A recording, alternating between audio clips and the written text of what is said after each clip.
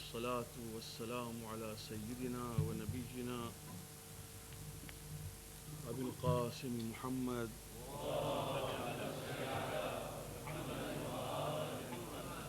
وعلى أهل بيته الطيبين الطاهرين المعصومين. أما بعد، سلام عليكم ورحمة الله وبركاته.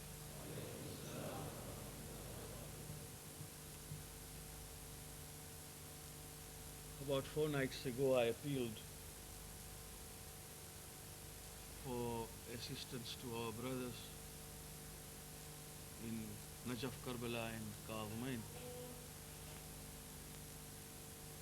With your cooperation, by the grace of Allah subhanahu wa ta'ala, we have been able to collect and spend and send 13,500 pounds so far. The final remittance was made today, and I expect that within 24 hours, inshallah ta'ala, the money will be in Najaf, Karbala and Kadhimain, and it will be also partly supervised by our marja, Ayatullah al-Uzama, Sayyid Ali Sistani. May Allah keep him. The fund is still open because the need is very great. In this fund, a young boy like Altaf has paid £1 and said, "This is my saving." And another boy who is here, Samir Dungars, he wrote me a small note saying that I had a saving, but my mum tells me that I should give it away to Mu'mineen of Karbala, Najaf and Kadhimain. Therefore, I am giving you my £50, and he has sent me his total saving of £50 for the sake of, and he has written in that note that I would like to see that this money goes to the children of my age. Inshallah ta'ala, this will be the way we will act, that it will go to the children.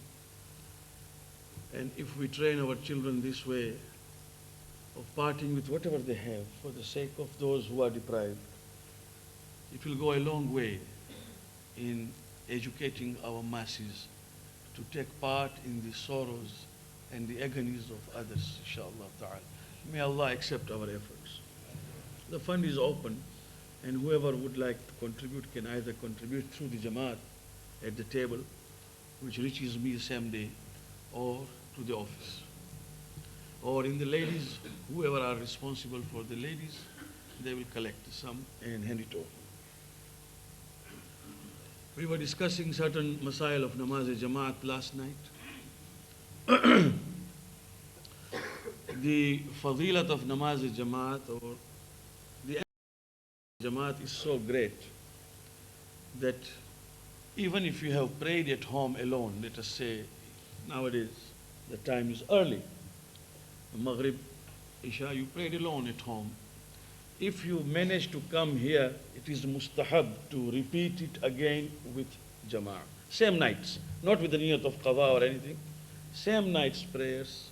If Jama'at is still on, you can, if you like, you can join again and repeat the same day's prayers, and it will be mustahab.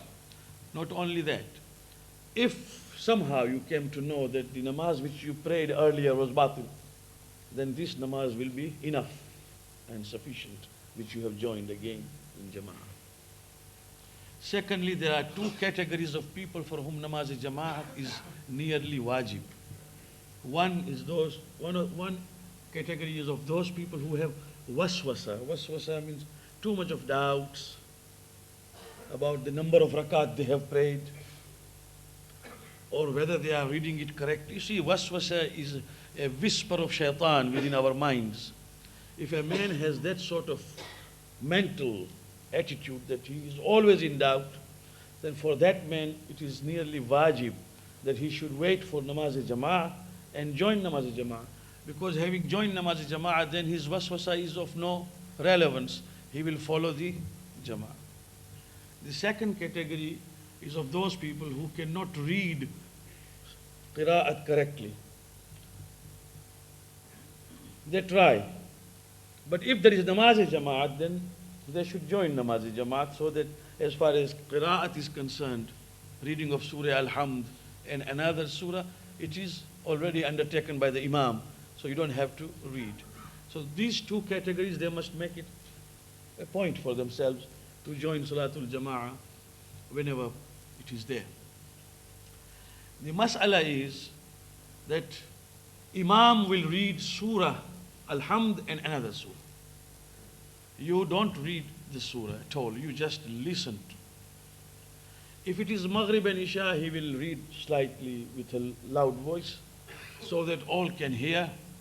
Even if you hear a murmur, suppose you are so far away and there is no mic system, you can only hear a murmur, you can't make out as to what he is reading.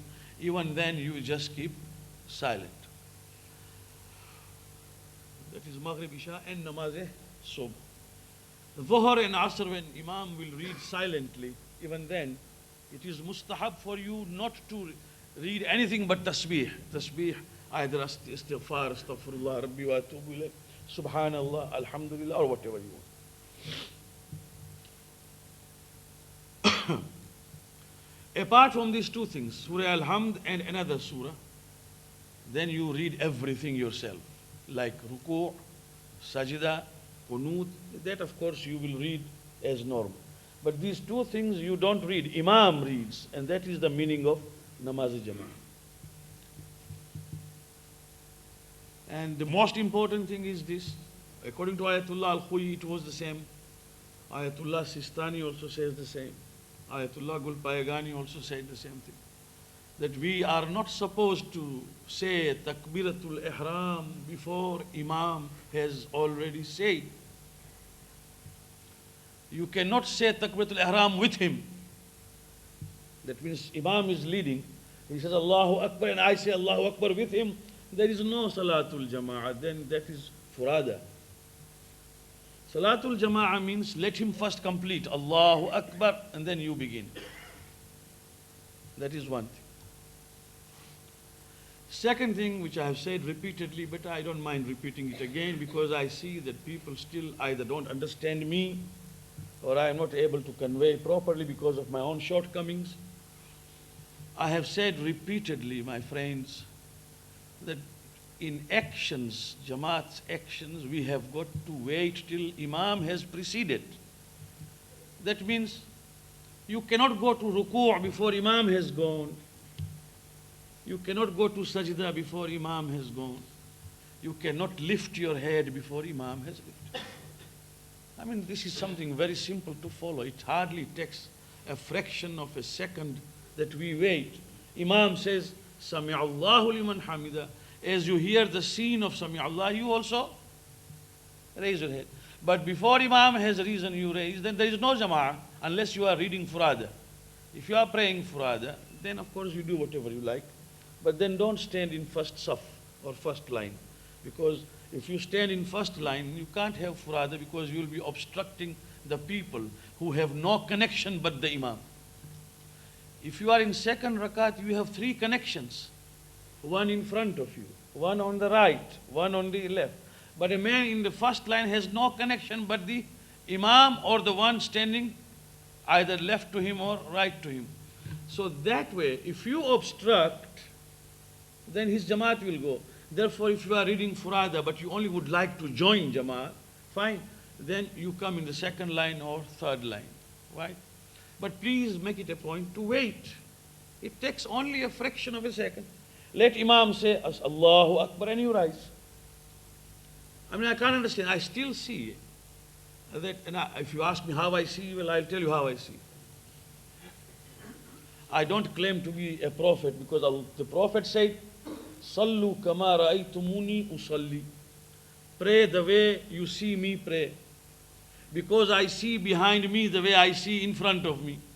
This is for the prophet and Imam, not for us. But for us, Allah has given us the corner of the eyes. And there are sufuf, saf or row which extends. When I go to sajda, this corner of the eye registers someone who is at the end and he has already raised his head while I am in sajda. Now what Jamaat is he leading or following, we don't know. We have said this repeatedly, that please, and if you see your friend or anyone who does that, please remind him. If you do it by error, sometimes it happens, that's all right. Now what is the mas'ala? Let us say an imam is leading and I am behind him. By mistake, by some error, I raised my head in ruku, from ruku before imam has raised. The order is to go back.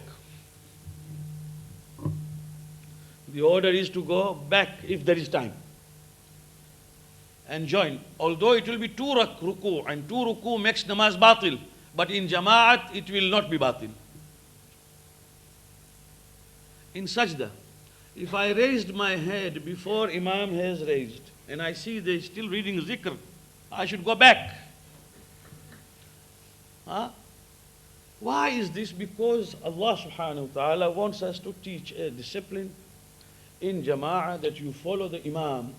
And this is why we must be careful that inshallah ta'ala in Salatul Jama'at we follow the imam, whoever is leading us, in action.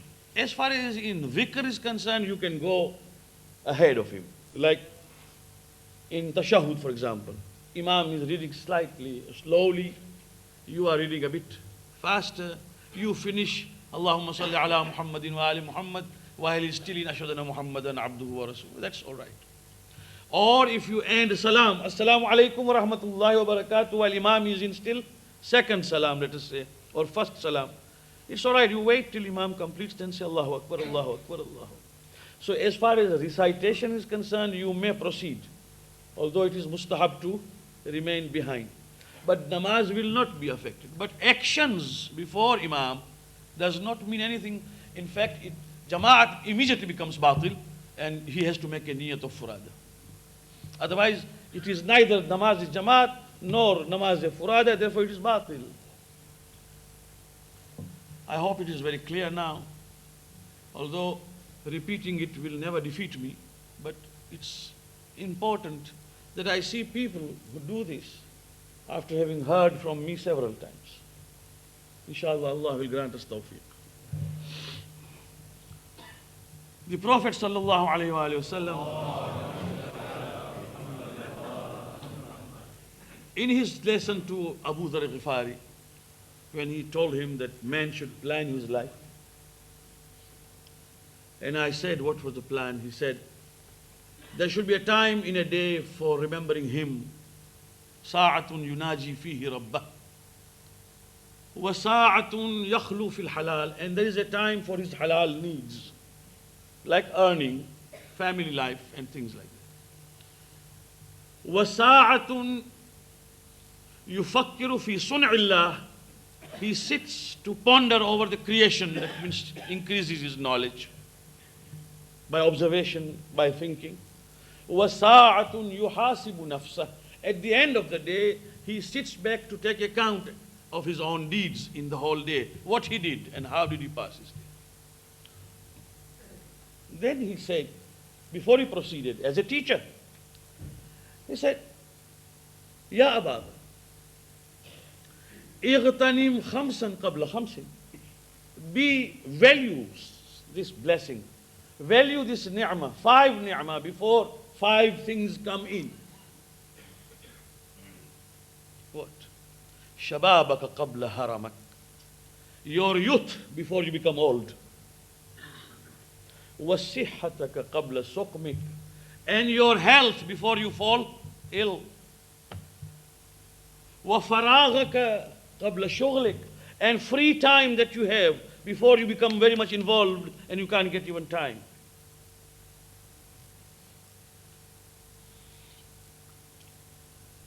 وحياتك قبل موتك. And your life before you pass away and you die.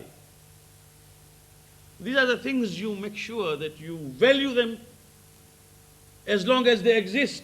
The moment you will lose them, it will not come back. Then he proceeded. Now, tonight, what I want to say is very, very important. We have got to see that we create a connection, a relation with our Creator, Allah subhanahu wa ta'ala. I'll make it very simple, but it is very important. Yunaji Rabbah. Najwa is Munajat. And Munajat means private invocation, private. Although in our books we write Munajat for people to read loudly. In our books we see Munajat, and we all read together. Actually, that is not Munajat. Munajat is something which is done privately. That means when you, for example, raised your hand alone, and you are communicating with Allah subhanahu wa ta'ala, say in Gujarati, in English, in any language, and you are talking to your Creator alone, no one is listening, you yourself and Allah subhanahu wa ta'ala, that is called munajat. Yunaji Rabbah. That is creating a connection. I remember when I went to Najaf Ashraf for ziyarat, I met Sheikh Abdul Hussein Al-Amini, who wrote that famous book, Al-Ghadir. 11 volumes he has written on Al-Ghadir, and I don't think there is anything left after that book, because once that book came out and it was published and it was sent out, after that there was no answer ulama of Ahlul Sunnah could give to say that Ghadir did not occur or whatever, because it was a final, most scholarly treatment of the subject. And it is still there, Al-Ghadir, of course. He told me that I had a problem. Now, any man can have a problem. Sheikh Abdul Hussain Al-Amini has a problem. And A'lam Mujtahid can have a problem. We are all human beings, and life is full of problems. So I had a mas'ala. It was a perplexing problem, and where could I go? Living in Najaf, I went to the Haram of Amirul Mu'mineen.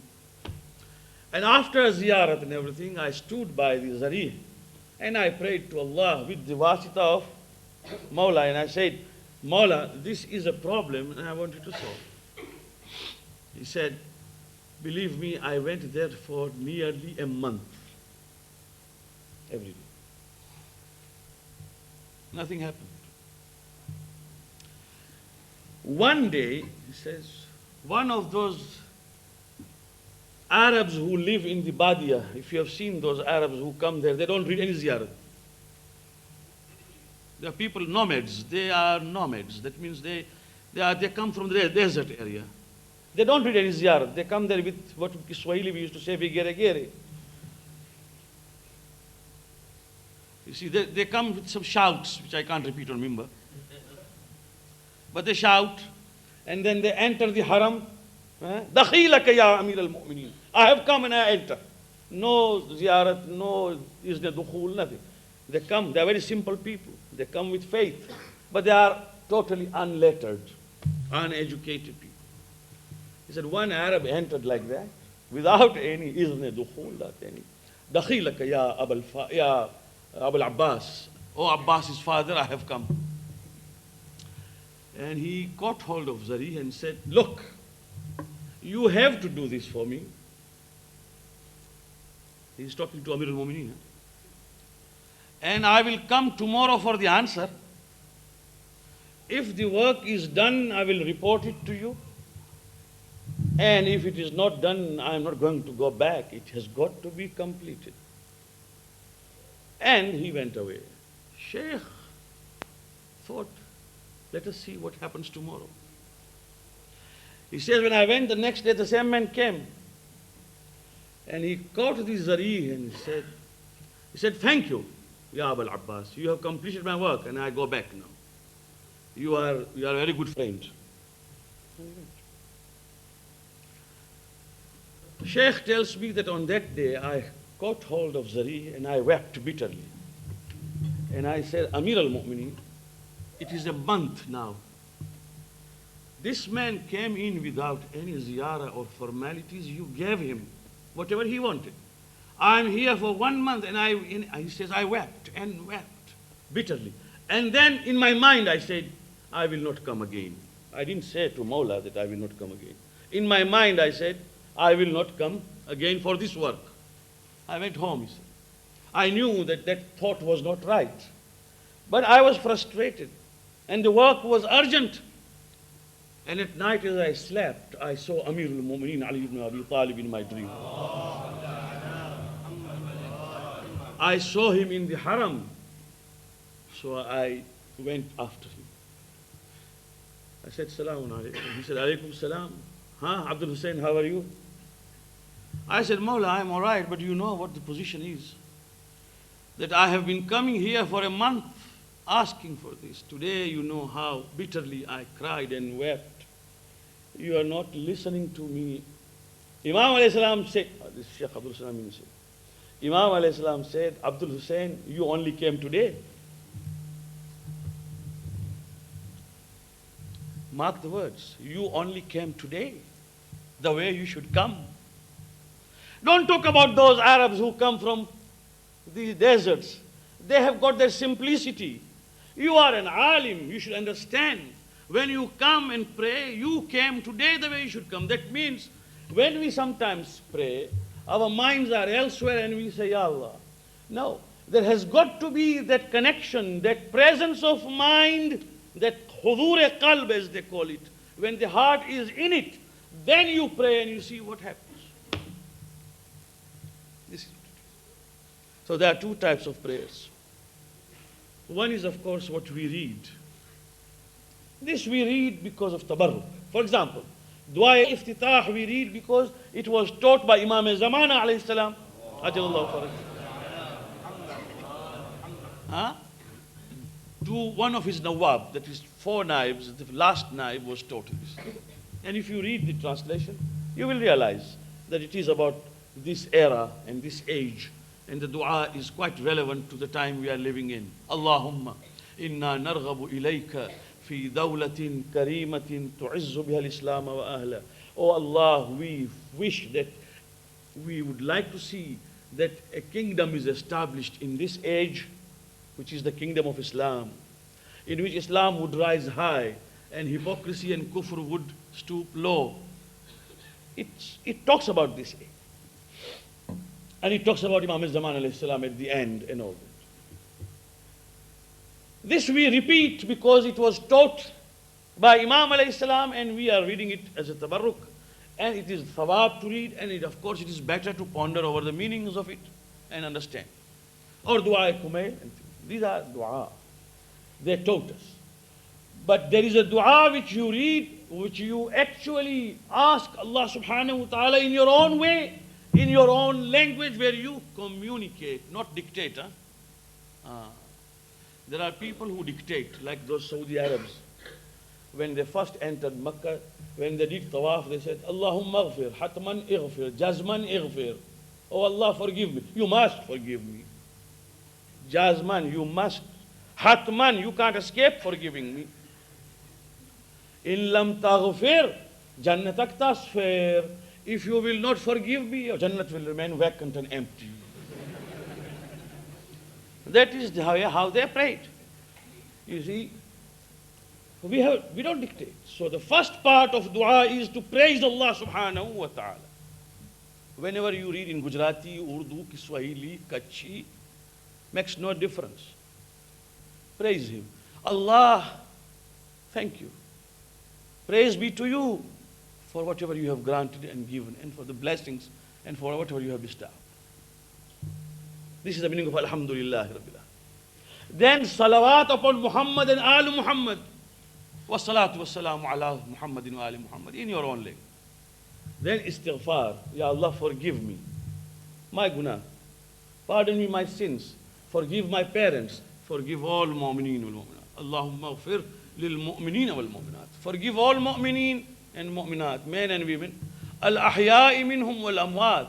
Those who are living, forgive them. And also forgive those who have passed away. Right? After that, say now whatever you want. Ya Allah, this is my hajj. So you are not dictating. Actually, you are communicating. Dua is a communion, and dua is not dictation. So there you say, Ya Allah subhanahu wa ta'ala. If it is halal, if it is jaiz, something that you are asking is not haram, Allah subhanahu wa ta'ala accepts that. But if I am asking for something which is haram, then of course there is no question of acceptance. I remember there used to be a trader somewhere who used to come for istikhara. He said, Mullah Sahib, istikhara. Always bad, always. I myself was worried. Because istikhara sometimes should come good. But it was always bad for him. One day he said, Mullah Sahib, if you don't mind, I would like to have a few minutes with you. I said, fine. I said, well, every time that you tell me bad, I don't do it, and other people are earning out of it. And now what to do? If I don't do it, I lose. If I follow this, I lose. What should I do? I said, but what is your niyyah? How do I know what is your intention? The intention was to do a business which was haram.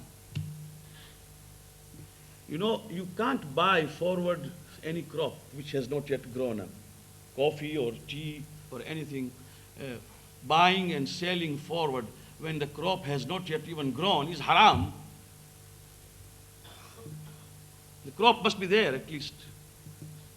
Things which don't exist, you buy and sell, is haram in Sharia. Now he wanted to buy those things in forward sale in the market, it used to come haram. I said, Baba, if you want to do it without asking mullah. But if you ask Allah subhanahu wa ta'ala, it will always come haram, because it is haram. Fi'l haram is haram. Now why istikhara for that? You have been told not to do it. Over. A dua for haram, Nauzubillah, because you want it to be done, cannot be. That is one. Second thing is that Allah has promised that dua will always be maqbool. And it is always maqbool. Always accepted. Now how? Many will rise just now and say, Mullah Sahib, I have been praying for last several days. It has not been heard yet. Maybe somebody has prayed for years. It has not been. And Quran says, tell them to pray and I will accept it. How? Suppose my son or grandson, who I love because part of me, wants a knife from me, knife. Or anything with edge, sharp edge. He wants to play with it. He likes it. What will I do? He's a small child. He likes that thing and he is asking for it. If I don't give him, he starts crying. He cries at the top of his voice. Because he wants that knife. Now I'm his father or grandfather. I love him. And I don't like to see my child cry. And he is insistent that he wants that knife or that scissor or anything that is pointed which I know can harm him. I don't give it. Not giving to him means apparently that I have not accepted his plea. Correct? Apparently it means I have not accepted his demand. He might think that I am trying to be unkind. I know that by not giving I am being kind to him. For he does not know that what he is asking for is harmful. Correct? Right. So, when I ask, Ya Allah, 56 crore ki chothai bhej de. 56 crore ki chothai means 1/4 of 56 crore. Very small sum. 14 crore only. Ya Allah, bhej de 56 crore ki chothai. And he says, not for you. સાંભળતા જ નથી. મુલ્લા કહે છે ભાઈ ઉપર સાંભળતું નથી, મોકલતો જ નથી, બધાને આપે છે, મને આપતો નથી.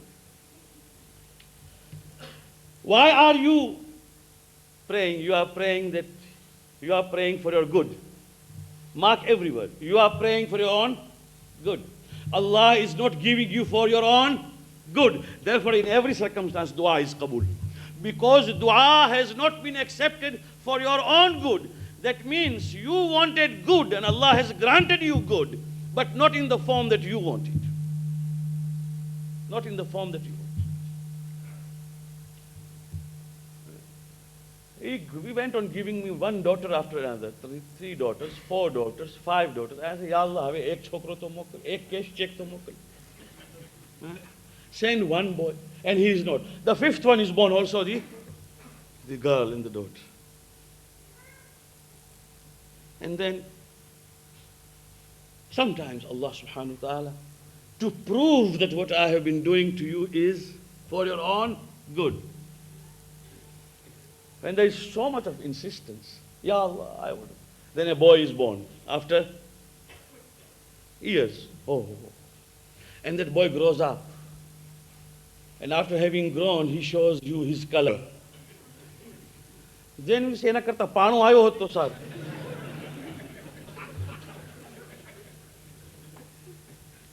Now why have this boy? Why was he ever born? If I had a stone, I would have been able to build a house at least. And sometimes he goes on giving boys after boys and no girls. He knows. So not giving is also for your good. Giving is also for your good. Therefore, dua is qabul in every situation. This is the philosophy behind it. Maut. Somebody dies in the home. It must affect me, naturally, that I have been bereaved. But the death of a person is sometimes rahmat for that person who Allah loves. This is what we don't understand. That person, the Prophet ﷺ said, that when a mu'min dies and the people grieve, mu'min speaks, but we don't hear. Mu'min says, don't grieve my departure, for I am so happy. Had I known that I have reached here, where I could have reached earlier, I would have prayed to Allah that I should be taken away earlier. I never knew. Now I know. Having seen Ali ibn Abi Talib alayhi salam, having seen the Prophet, having seen the Aimma, having seen the angels of Allah, having seen the Malaika, having seen the Mu'mineen, now I know that if I knew that this was going to happen to me, I would have prayed that I should leave this earth earlier. So, while we may cry, we may moan, from our mouth, we should never say anything which is against the pleasure of Allah. So resign to His will and succumb to His pleasure. You will create one connection. Finally, at night when you retire, why don't you speak to Allah? Why don't you? Why? There is a dua, there is a problem. At least speak unto Him and you will see the answer you get. But by creating that connection which is called Munajat, Yunaji Rabbah, you will get that satisfaction which you normally miss. Dua and Munajat is actually a rapport, a communication between me and my Lord. Say to Him, try tonight, try. Say to Him, Khudawanda mane aaje 5 ke jagar je namaz padhi se. Say to Him, see what happens. You will wake up. Just say to Him, Parvardigar jagar ji ne aaje. I know of friends who had some pain in the knees. But he was a very simple man, I should say that. And he samat mane heran kar. Matadi de, and we used to laugh at him, matadi de, and he actually got cured. And the doctor said, but how did he get cured? So we don't know how he got cured. He got cured by him who gave him that ailment. But he knew how to istighfar. I was in India and I heard myself, one man, he was sitting near Mihrab, alone. He did not know that. And he was taking the name of every one of his friends who had passed away. In Gujarati, he used to say, this was in Bhuj. He used to say, Parvardigar, falana ne maaf karne, falana ne maaf karne, samate, falana ne maaf karne, bada tara dostaro se, maaf karne. He used to take the names of those who have passed away.